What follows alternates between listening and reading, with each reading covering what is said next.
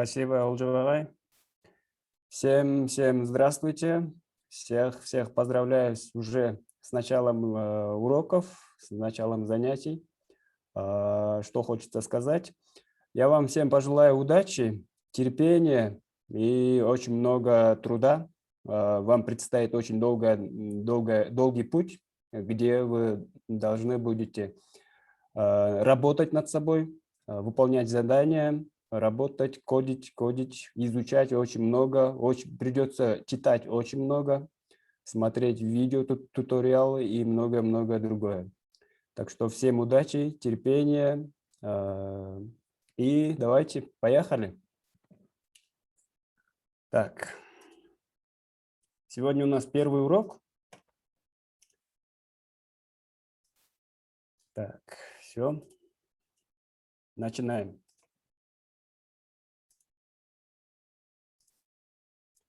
У нас сегодня введение. Что мы будем сегодня делать? Сперва давайте узнаем, что такое, как создаются вообще веб-сайты, как они делаются, какие есть направления, и дальше поедем. Итак, мы все знаем, что как бы открываем сайты.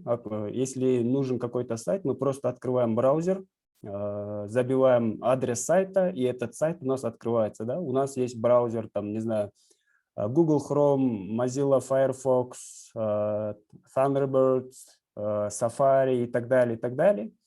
У них суть одна, у всех браузеров, это открывать веб-сайты, которые хранятся на веб-серверах или в интернете. Итак, если посмотреть, что такое вообще веб-сайт, и как он вообще, кто их делает, и как они вообще, кто создает веб-сайт, да? Давайте это посмотрим. Вот у нас есть сайт, например, я взял сайт Mail.ru, да? Когда мы открываем сайт, у него есть какой-то внешний вид, да? Он открывается, такой сайт может быть красивый, некрасивый, ну, суть не в этом. У нас есть какой-то внешний вид. И этот внешний вид у нас называется фронтенд. То есть фронт от слова фронт – это передняя часть, как бы переводится слово, а end – конец, то есть передний конец, внешний вид сайта или направление веб-разработки, который делает юзер-интерфейсы, внешний вид, это все относится к направлению фронтенд. Дальше, кроме этого, есть база данных, где хранятся вот данные на сайтах. То есть, когда мы открываем какой-то сайт, там есть информация. Будь это картинка, там, не знаю, музыка или профили, какие-то личные данные пользователей, да, их логины, там, имена, фамилии, электронные адреса, там, телефоны и так далее, и так далее. Все вот эти данные хранятся в базах данных, которые хранятся в веб-серверах. И программист, который программирует эти данные, базы данных, да, который структурирует базу данных, делает связь между базами данными, потому что база данных – это не просто такая плоская таблица, как бы в Excel, да, ты поставил таблицу, и все как бы работает. В вебе более сложнее база данных, потому что одна таблица может связываться с другой таблицей, какие-то поля таблицы могут связываться с другими полями из других таблиц и так далее, и так далее. И веб-разработчик, который работает над созданием вот архитектуры, который структурирует вот эту базу данных и делает так, чтобы эту базу данных показывала или шла к фронтенду, это направление называется серверной логикой, либо программированием серверной логики или бэкэнд. Бэк – это задняя часть, бэк как бы спина, да, переводится как с английского слова. И поэтому мы имеем направление бэкэнд, который человек, который программирует вот серверную логику веб-сайта или приложения. Они называются бэкэнд-разработчиками или направление бэкэнд. Вот если вкратце, вот мы делаем сайт, у этого сайта есть внешняя часть, то есть фронтенд, У него есть серверная часть, база данных и так далее, и так далее. И если разработчик как бы совмещает эти два направления, то есть он может делать и фронтенд, и бэкенд, то это направление называется full stack. Когда вы научитесь делать и фронт, и бэкенд, вы будете называться как full stack разработчиками или полным циклом разработки. Вы будете заняты полным циклом. Что мы будем изучать в рамках этого курса? Мы сперва будем строить внешний вид сайтов, то есть строить юзер-интерфейсы, где мы будем делать красивые или как бы будем строить фронтендную часть. А именно какие технологии мы будем изучать? В первую очередь мы будем изучать язык HTML. HTML – это язык, это не язык программирования, это просто язык маркировки, или еще называют markup language, где мы просто размечаем какие-то элементы просто тегами. Дальше, чтобы делать сайты красивыми или вообще управлять внешним видом, мы будем пользоваться CSS или каскадными таблицами стилей. И этот язык называется CSS, то есть Cascading Style Sheets, который отвечает только за оформление сайта. HTML сам по себе может существовать, но CSS не может работать без HTML. Они идут в связке. И дальше в этом модуле, в первом модуле мы будем изучать JavaScript, основу JavaScript. Кроме этого, у нас будет очень много технологий, которыми пользуется современный разработчик. Это, не знаю, Git, например, да, система контроля версий, там разные синтаксические сахары, например, SAS или LESS, различные библиотеки готовые, фреймворки, например, Bootstrap и так далее, и так далее. Мы все эти технологии, которые относятся в фронтенд, будем изучать. Итак, до этого у нас был еще один урок, где я вам показывал установку нашего инструмента. Это Visual Studio Code, код-редактор. Если вы ранее работали в других или знаете, как работать с другими код-редакторами, можете ими пользоваться. Но я вам советую пользоваться Visual Studio Code, который бесплатный, у которого очень много функционала. Мы этот функционал можем развивать, добавлять. В общем, очень такой универсальный инструмент, который работает и на Windows машинах, и на Linux машинах, и на macOS. Очень хороший инструмент, советую его. Если вы еще не установили, то в Discord найдите ссылку, где я вам показывал установку этого инструмента. И теперь уже мы начинаем саму нашу такую более близкую часть, где уже мы начнем научимся делать сайты. Сперва давайте посмотрим, как вообще работают веб-сайты. Чтобы открывать веб-сайты, я уже ранее сказал, что нам нужна программа, которая называется браузер. Это Internet Explorer, там Chrome, Edge, Firefox, Safari, есть еще Яндекс браузер, Atom браузер. В общем, очень много браузеров, у которых некоторые работают быстро, некоторые, например, не очень. Я вам рекомендую использовать Google Chrome либо Firefox. Это самые такие популярные браузеры на этот момент. Итак, чтобы открыть веб-сайт, мы просто открываем браузер и набираем какой-то адрес, да, адрес сайта. Например, YouTube. Набрали YouTube, нажимаем Enter. И в этот момент происходит такое событие, как запрос-ответ.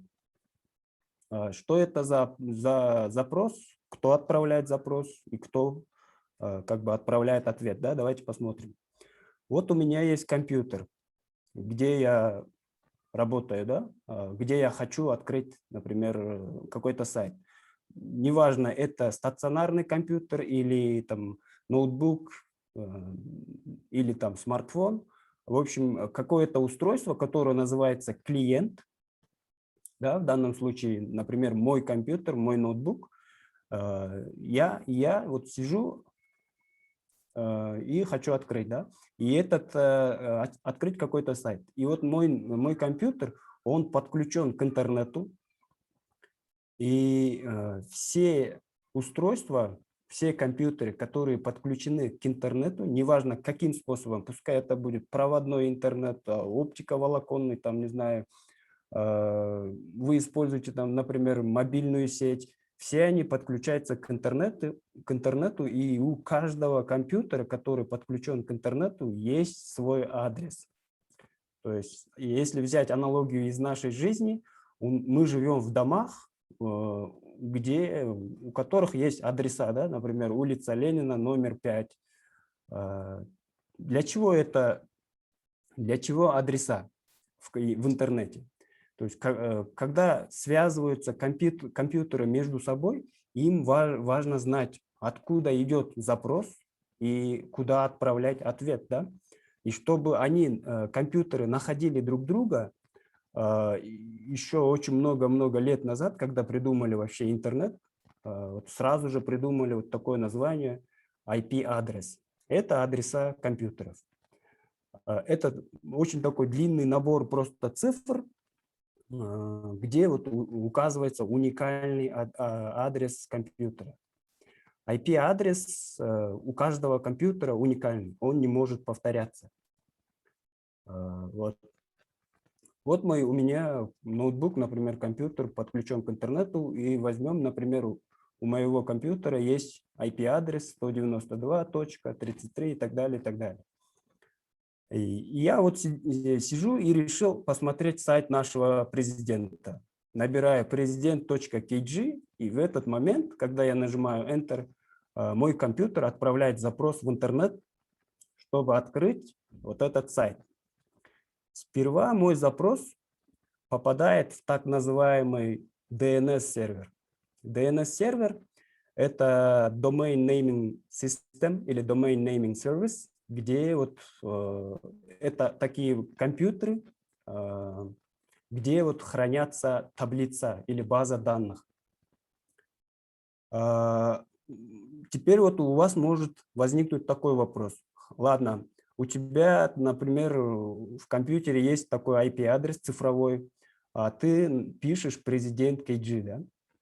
И как он теперь попадет в тот компьютер, в тот сервер, где где достанет файлы этого сайта и покажет он мне. Дело в том, что когда вот придумали IP-адрес, людям было тяжело запоминать вот эти IP-адреса, да? Вот представьте, вы пользуетесь, например, дюжиной популярных веб-сайтов, и запоминать каждый адрес, который уникальный, который длинный, ну просто очень трудно, да? И сразу же разработчики поняли, что запоминать IP-адреса трудно, и придумали сразу DNS, Domain Naming System. Что такое вот DNS? Это просто база данных, где вот у каждого доменного имени есть свой как бы IP-адрес. То есть, например, представьте вот такую Excel-ную таблицу, где вот слева пишется президент KG, а справа от него его IP-адрес. Вот DNS-сервера занимаются именно и этим, что когда к ним поступает запрос, например, открыть президент KG, они ищут у себя в базе данных и находят IP-адрес и направляют дальше уже мой запрос в тот сервер, по которому записан вот этот президент KG, да, или где хранится сайт вот этот президент KG. Вот, допустим, DNS выяснил, что у президент KG адрес там 212 и так далее, и он уже дальше отправляет мой запрос и в именно тот веб-сервер, где хранится президент KG. Веб-сервер, когда к нему поступает запрос открыть какой-то сайт, он начинает думать, искать у себя в файлах. То есть сервер – это тоже точно такой же компьютер, но только там нету ни экрана, ни клавиатур, ничего. Системные администраторы его настраивают и просто дают людям возможность хранить там свои файлы. И, допустим, владелец сайта Президент KG покупает место в сервере и кладет туда просто файлы своего сайта. И веб-сервер, задача веб-сервера обслуживать вот эти файлы. То есть, когда поступает запрос, он ищет файлы сайта Президент KG, думает, когда он находит файлы, он отправляет ответ обратно адресату, откуда поступил запрос.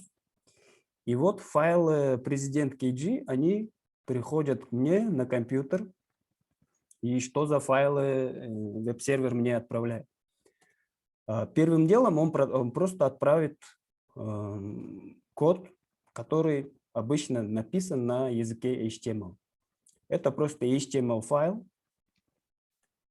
В HTML-файле мы описываем всю структуру сайта или какие есть сущности на сайте. Дальше к этому HTML-файлу подключается CSS-файл. То есть это файл стилей, в котором мы прописываем внешнюю часть. Да? Мы хотим, например, чтобы какой-то заголовок был красным, большим, чтобы у него, например, был фон зеленый там, или синий и так далее. И так далее. Вот эти все размеры, там, отступы, цвета и так далее, они все прописываются через CSS стилями или как бы свойствами в таблицах каскадных стилей. Дальше, кроме этого, к этому HTML-файлу подключается JavaScript файл. JavaScript – это уже язык программирования, с помощью которого мы уже программируем динамику или какое-то поведение сайта. То есть, когда мы, например, открываем какой-то сайт, на всех сайтах почти есть какие-то кнопки, да? Когда мы нажимаем на какую-то кнопку, что-то происходит, там, может поменяться слайд, может начать проигрываться там, видео, там, звук и так далее, и так далее. И все вот эти динамические вещи программируются языком JavaScript. Остальными способами мы просто не можем управлять динамикой. HTML – это просто набор тегов, где вот мы просто пишем само содержание сайта. CSS просто управляет внешностью, а JavaScript управляет динамикой, добавляет динамики на сайт. И кроме этого, в HTML-файле мы тоже прописываем какие-то медиаданные. Да? Это может быть изображение, это может быть музыка, это может быть видео, это может быть файлы, которые мы подключаем, чтобы потом люди скачивали. В общем, медийный контент тоже подключается или описывается внутри HTML-файла. И далее, после того, как браузер получил все вот эти файлы, он начинает показывать сайт нашего президента. Допустим, вот он открыл, например, когда я пишу president.kg, браузер показывает первую страницу или главную страницу. И вот этот сам процесс отрисовки веб-сайта называется рендером или рендерингом страницы. Просто браузер берет файлы HTML, CSS, JavaScript, и из всех вот этих файлов рисует нам нужный сайт, который сделали веб-разработчики. Что такое вообще HTML? Это язык разметки гипертекста или Hypertext Markup Language. Что такое вообще разметка? Разметка – это когда мы просто указываем, да, например, представьте вот дорожную разметку. Идет нам полоса, например, поверни направо, поверни налево, и можно представить точно так же HTML. Да? С помощью HTML мы просто размечаем, вот здесь, например, будет заголовок, вот здесь будет изображение, а вот здесь, например, видео, а вот здесь, например, просто какой-то абзац текста. И HTML как раз таки размечает вот, содержание, контент, который находится внутри нашего сайта.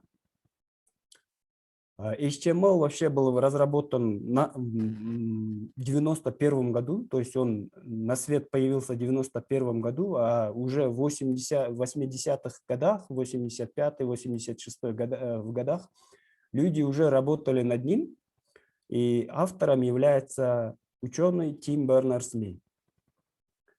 Для чего вообще создавали HTML? HTML вообще изначально был создан именно для ученых. То есть были огромные институты какие-то, да, где велись большие такие научные разработки. И когда появился интернет, то есть появился интернет, и компьютеры уже могли уже связываться друг с другом. И у ученых была очень такая нужда, чтобы они могли отправлять свои файлы, свои ученые разработки, научные разработки друг другу, чтобы они вовремя знакомились с какими-то научными открытиями, там, делились своими разработками. И это была очень такая нужна, потому что когда они отправляли, например, обычной почтой, да, или через телеграф и так далее, это отнимало времени, это было дорого, нужно было очень долго ждать. Когда появился интернет, это было такой возможностью, где один человек с одного конца Земли мог отправлять свои научные разработки другому ученому, который сидит на другом конце света. Да? И вот ученый Тим Бернерс-Ли создал язык HTML, и он показал всему миру, как можно отправлять свои научные работы.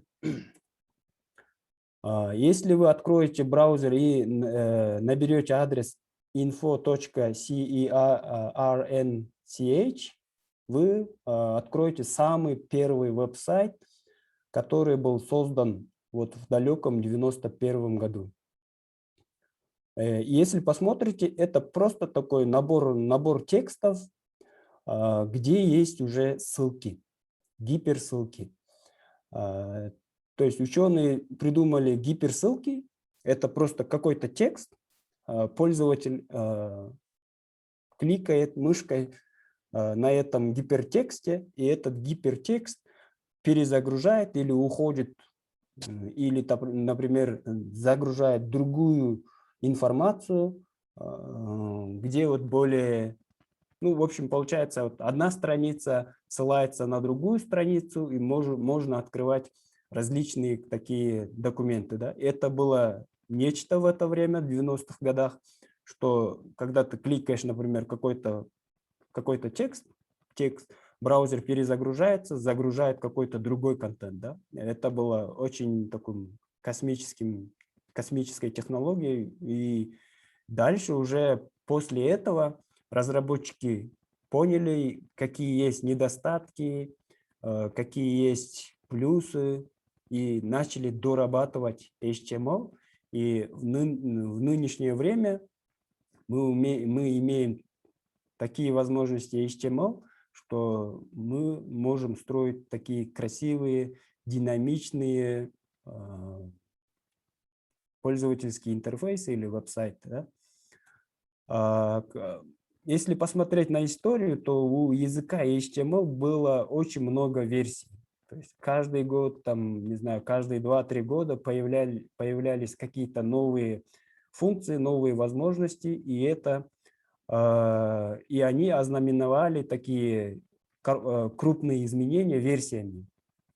HTML2, например, в 1995 году, в этом же году появляется HTML3 и так далее, и так далее.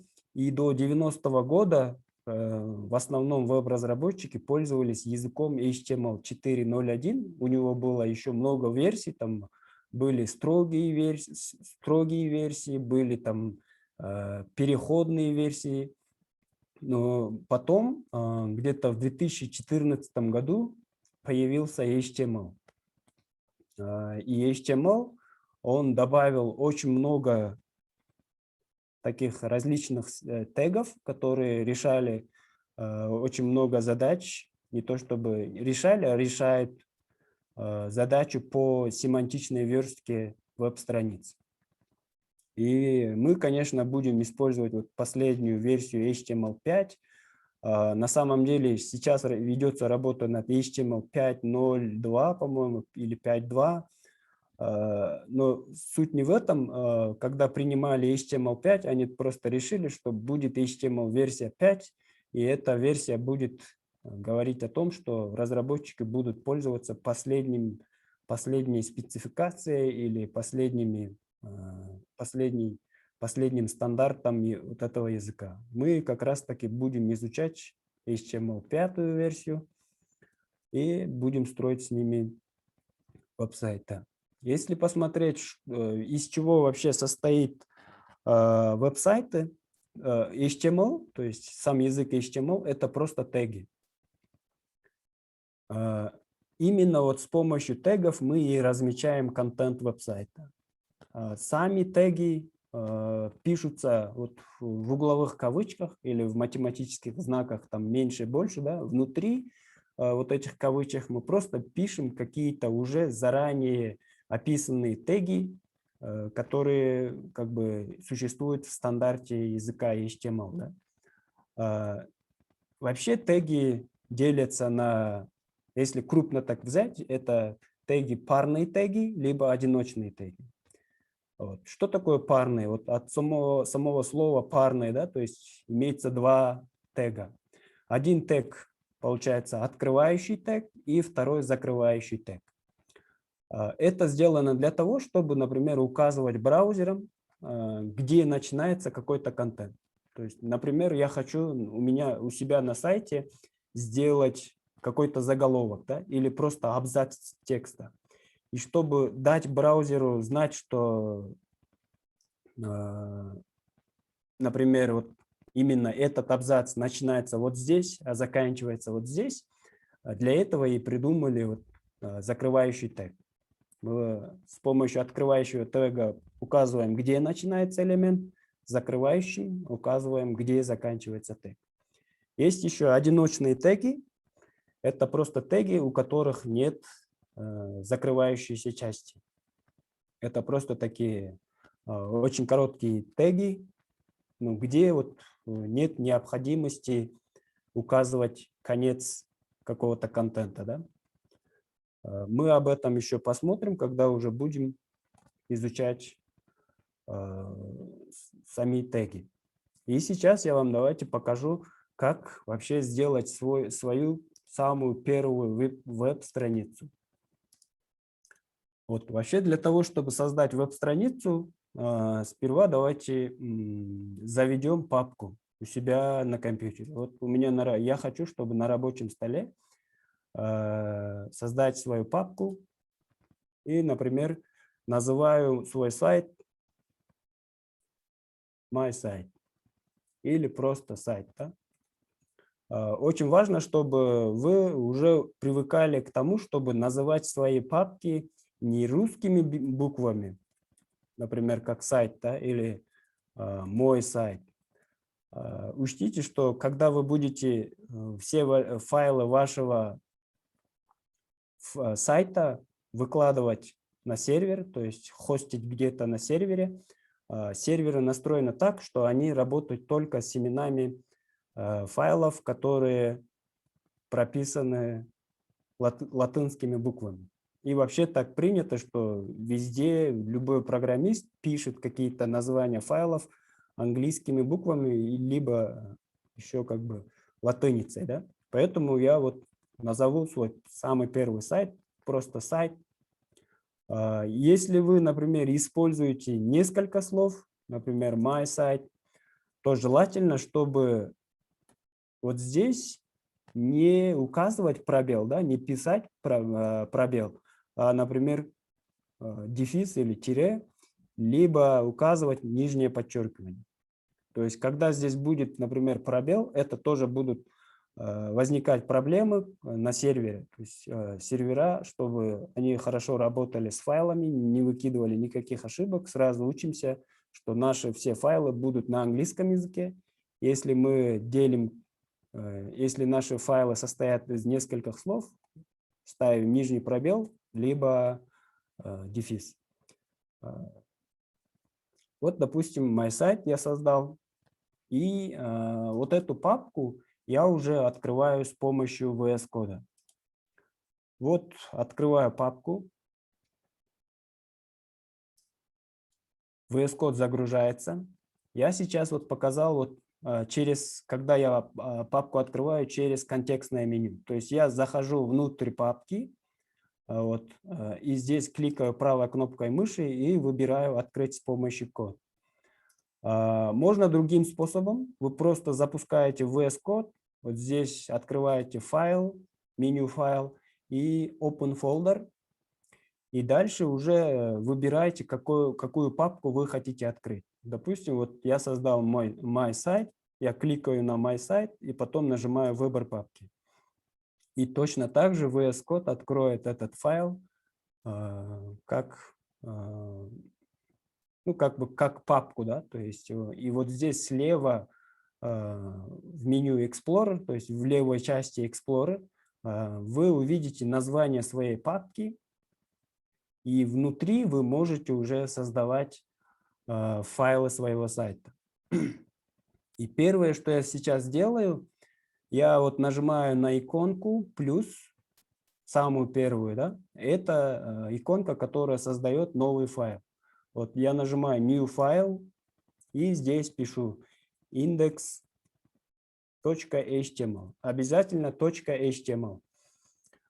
Почему индекс? На самом деле, когда вы будете делать сайты, самая главная страница будет называться индексом. И практически все веб-сервера настроены так, что когда к ним поступает запрос открыть главную страницу сайта, они возвращают вот этот индекс-файл. Индекс – это, будем знать, что как бы по умолчанию это главная страница нашего сайта. Вот я здесь создаю индекс HTML, когда я нажал Enter, этот файл открывается уже справа в рабочей области сайта, в рабочей области VS Code.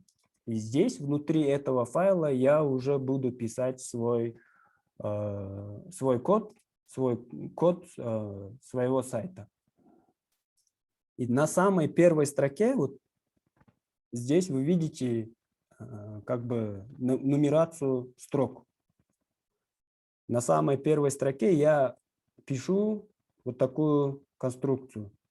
Пишу вот знак, открываю угловую кавычку, пишу восклицательный знак, дальше пишу doctype большими буквами. Можно написать и маленькими буквами doctype. Так, давайте я сейчас немного увеличу шрифт, чтобы вам было хорошо видно.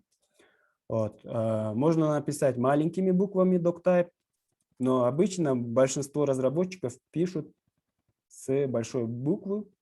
И дальше через пробел я ставлю только один пробел и потом пишу HTML.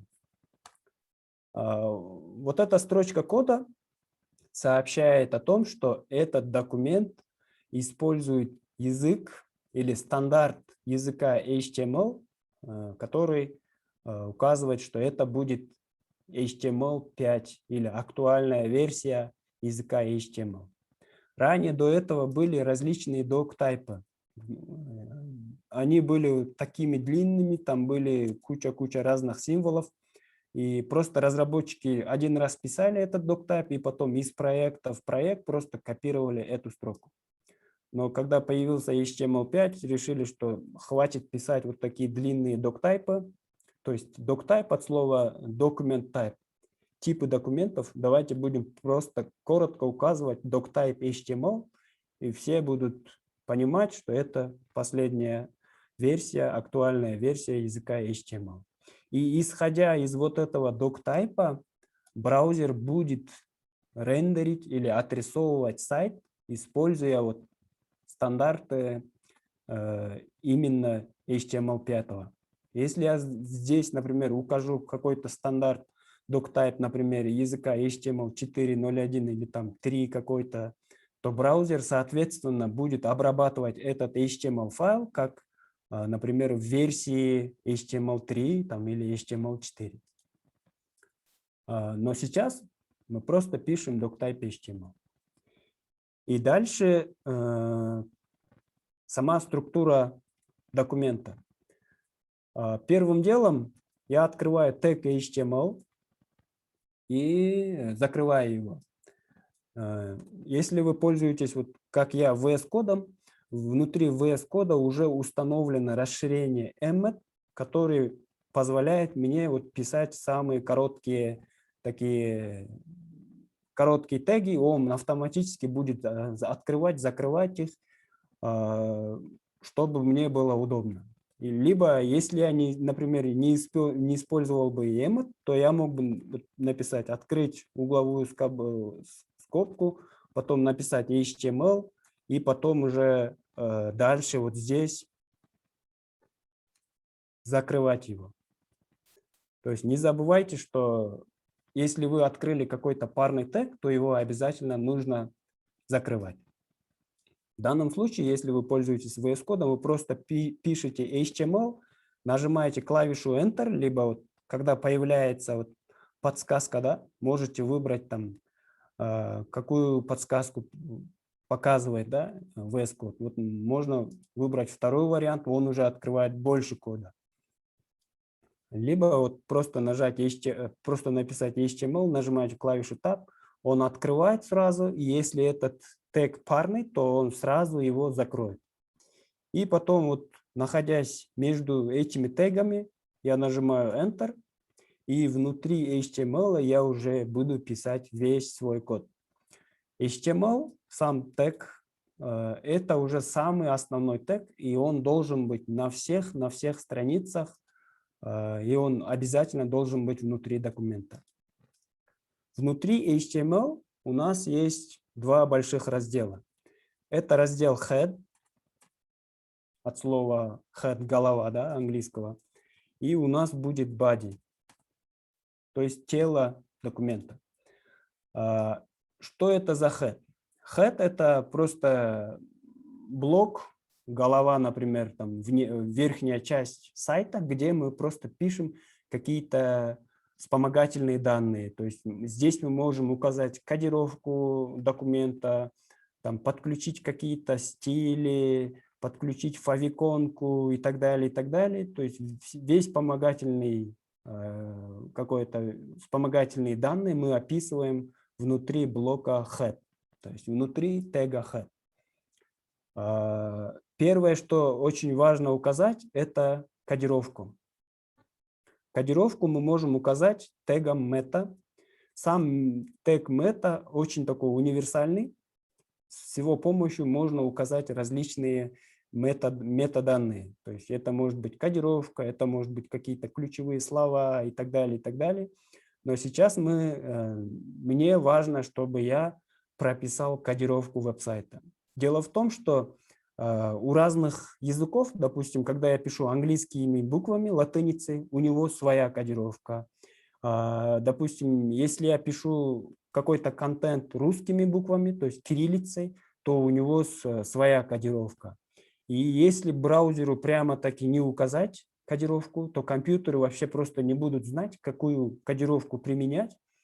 И, допустим, какие-то символы могут быть не отображаться, либо вообще могут быть отображены вообще другими символами. Бывает иногда, да, как открываете какие-то веб-сайты, а там показывается какой-то треугольник, внутри вопросик или там какие-то кракозябры, да. Это из-за того, что на сайте указана неверная кодировка. И поэтому, чтобы указать правильную кодировку, я использую атрибут charset, то есть кодировка, и здесь потом сразу после слова charset я ставлю знак равно, и внутри двойных кавычек я указываю кодировку UTF-8. Кодировка UTF-8 – это кодировка, которая включает символы всех языков, которые используются на планете Земля. Да? То есть это, не знаю, японские какие-то иероглифы, арабская вязь, там, кириллица и так далее, и так далее. То есть все вот эти символы хранятся в кодировке UTF-8. Вот. В вебе тоже используется по умолчанию как бы UTF-8. Дальше внутри тега head я также открываю тег title. Это название. Название строки, название документа или название страницы. Все, что мы пишем внутри тега head, это не отображается в браузере, то есть пользователь не видит, но то, что видит, это только тег title. То есть когда мы открываем какой-то сайт, там показывается вот title страницы. И здесь, например, я могу написать мой первый сайт. То есть именно вот это название, мой первый сайт, конечный пользователь просто увидит. Остальное, кодировку там и так далее, он просто не увидит. А то, что я пропишу внутри body, то есть в теле документа, это уже будет показано в браузере. То есть последний конечный пользователь, он увидит то, что здесь я напишу. Я здесь сразу могу написать, например, мой самый первый сайт. Вот. Теперь я файл сохранил с помощью клавиш Ctrl-S. Либо вы можете сохранять файлы открываете файл, потом нажимаете Save. Вот здесь у каждого пункта меню есть сокращение, да? Клавиатурное сокращение. Вот советую сразу учить вот эти клавиатурные сокращения, потому что работать мышкой долго, а клавиатурные комбинации просто упрощают нам жизнь. И потом, как мне теперь открыть вот этот сайт? Если вы смотрели вот урок по установке VS Code, мы там устанавливали расширение Live Server. Я могу этот сайт сейчас открыть с помощью этого Live Server. Я вот кликаю правой кнопкой мыши на название файла и выбираю Open with Live Server. И сейчас компьютер автоматически загрузит браузер и покажет мой сайт. Вот. Live сервер просто показывает какие-то изменения сразу после сохранения файла. Вот здесь, допустим, после фразы «мой первый сайт» я пишу точку, потом, не знаю, поставлю несколько восклицательных знаков и нажимаю Ctrl-S, и как вы видите, вот здесь уже браузер сразу автоматически обновился и показал изменения. То есть именно задача в лайв-сервере в том, чтобы сразу после сохранения файла обновлять веб-страницу и показывать актуальный контент. Второй способ, как можно открыть этот файл, я вот открываю ту папку, и здесь, как вы видите, уже появляется иконка Google Chrome. У некоторых иконка Google Chrome вообще не может показываться, если у вас там по умолчанию стоит другой браузер. В этом случае вы можете просто нажать правой кнопкой клавиши, правой кнопкой мышки, и потом выбрать «Открыть с помощью», и здесь выбрать уже другой браузер. Например, Firefox, Google Chrome, Internet Explorer и так далее. Давайте попробуем выбрать Google Chrome. И вот теперь, если вы таким способом открываете веб-страницу, то в данном случае после изменения файла, вот я изменил индекс HTML, вот здесь показывает точка, да, о том, что VS Code еще не сохранил изменения. Я нажимаю Ctrl-S, теперь вот эта точка изменилась, и здесь в браузере мне нужно обновить страницу, чтобы увидеть изменения. То есть я пишу, вот нажимаю либо клавишу F5, либо вот кнопку «Обновить». И после этого вот здесь браузер показывает актуальный контент. Но так писать просто какой-то контент без тега так не принято. Обязательно нужно ставить какие-то теги. То есть у вас в Notion будет, например, задание использовать тег P, и здесь писать уже в теге P, писать какой-то контент. Тег P означает параграф, это просто абзац какого-то текста. Я могу здесь написать мой сайт. И дальше у вас будет задача использовать тег HR. И здесь после изменения файла я обновляю, и как видите, отображается мой сайт, и дальше вот этот тег HR рисует вот такую горизонтальную разделительную линию.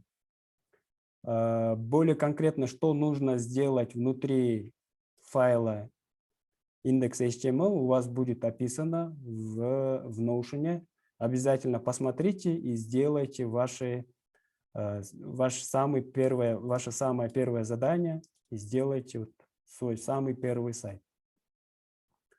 На этом наш урок завершается.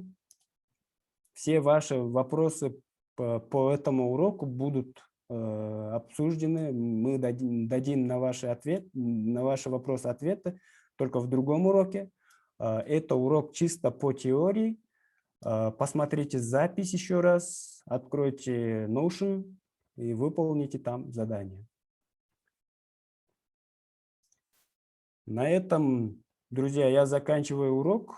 Всем удачи. Вот попробуйте, попрактикуйте, что мы сегодня сделали. Всем спасибо и до новых встреч. Встречаемся в четверг.